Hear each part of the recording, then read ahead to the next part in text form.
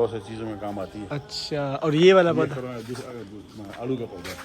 आलू आड़ू आड़ू आड़ू आड़ू आड़ू, हाँ हाँ हाँ, बिल्कुल बिल्कुल। तो है बच के भैया, हमने कुछ ही महत्ता। इसको भी ले आओ ना। ये देखें ये कौन सी नस्ल है? खान खान साहब, ये तो अजीब रखा हुआ है आपने, है? अच्छा इधर ले आओ अभी। ये खुबानी है जी। अच्छा ये खुबानी है, ये अच्छा ये खुबानी, सही सही। ये आम का पौधा है। अच्छा ये आम, हाँ ये तो हमारे सौगात है ना। ये तो हमारे इलाके ये तो हमारे इलाके की पहचान है। लगे थे खाद, कुछ गिर गए हैं, कुछ तोड़ खाली है।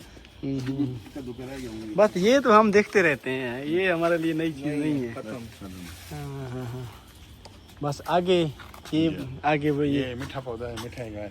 हाँ हाँ, मीठा मीठा, बिल्कुल बिल्कुल मीठे का पौधा है। और ये छोटा सा जो लगा हुआ, ये क्या है?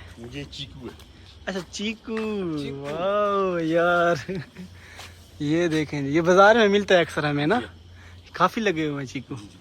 अच्छा ये चीकू का पौधा, ये सब कहाँ से मंगवाए थे? ये पाकिस्तान में? पाकिस्तान मिल जाते हैं ना।